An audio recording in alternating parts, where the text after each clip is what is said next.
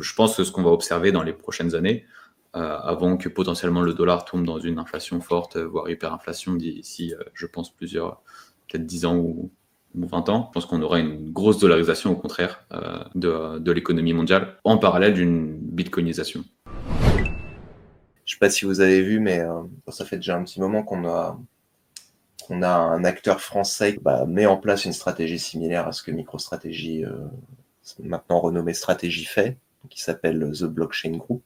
Cette entreprise française-là se classe quand même en 27e position, en 27e position sur Bitcoin Treasuries, qui fait la liste de toutes les entreprises publiques ou privées qui détiennent du Bitcoin. Cocorico, on a une petite entreprise française qui est présente à la 27e position. Elle est là, hop, ici. Une entreprise qui achète du Bitcoin, mais ils font des activités dans l'intelligence artificielle, dans la donnée et dans les technologies décentralisées. Assez vague. Hein.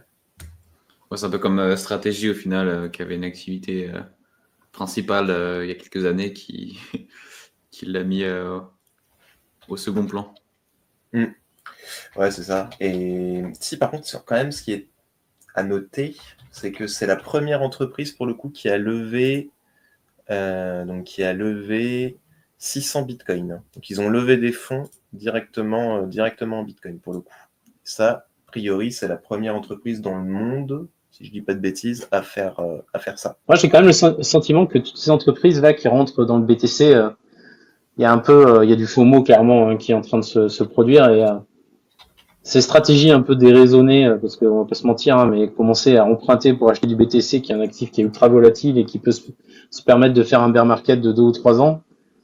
Bon, ça me rappelle un peu les dérives qu'on a eu, qui ont été dévoilées en 2022 pendant le bear market, avec toutes ces sociétés qui se sont effondrées parce qu'elles avaient fait n'importe quoi avec leurs capitaux. Quand même, on a l'impression qu'on est en train de repartir dans le délire des gens qui font n'importe quoi avec leur argent, mais bon, on verra, l'avenir nous le dira. Les stablecoins, ça continue d'exploser. Hein. Là, on a passé les 230 milliards. Et donc, je pense que ce qu'on va observer dans les prochaines années, avant que potentiellement le dollar tombe dans une inflation forte, voire hyperinflation d'ici, je pense, peut-être 10 ans ou 20 ans, je pense qu'on aura une grosse dollarisation, au contraire, de l'économie mondiale, en parallèle d'une bitcoinisation. Ce serait quand même un peu sous-estimer les États-Unis de se dire qu'ils n'ont pas anticipé ou qu'ils n'ont pas de plan prévu en cas de tentative de dédollarisation massive. Je pense qu'ils ont déjà des choses. Ils doivent déjà avoir des choses en tête depuis bien longtemps, que ce soit avec Bitcoin, sans Bitcoin, avec des stablecoins, sans stablecoins. Enfin, bon, il doit y avoir tout un tas de personnes qui travaillent sur ce type de stratégie-là et qui essayent d'anticiper un peu les choses potentielles. Là. En Europe et en Allemagne, ils ont sévi, donc la BaFin, c'est l'équivalent de l'AMF. Ils ont sévi contre Ethena. Hein.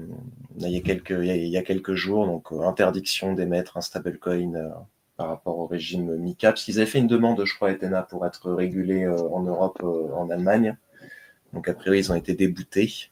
Et le gel des cryptoactifs, etc., interdiction d'avoir de nouveaux clients, ce genre de choses-là. Donc bon, a priori, pour aller rendre réglementaire des stablecoins en Europe, à part si on est énorme ou si on a des stablecoins un peu traditionnels, puisque Ethena, c'était un stablecoin un peu synthétique, alors peut-être pas algorithmique, je sais pas comment, c'est ta petite explication rapide de leur stablecoin. Ouais, Ethena, il s'appuie sur des positions delta neutres sur Ethereum, notamment. Donc, d'un côté, ils achètent du spot, de l'autre côté, ils shortent, ce qui leur permet de générer du rendement avec les frais de financement, puisque la plupart du temps, les frais de financement rémunèrent donc les shorts. Donc, voilà. Pour l'explication rapide, c'est comme ça qu'ils arrivent à générer du rendement avec leur stablecoin.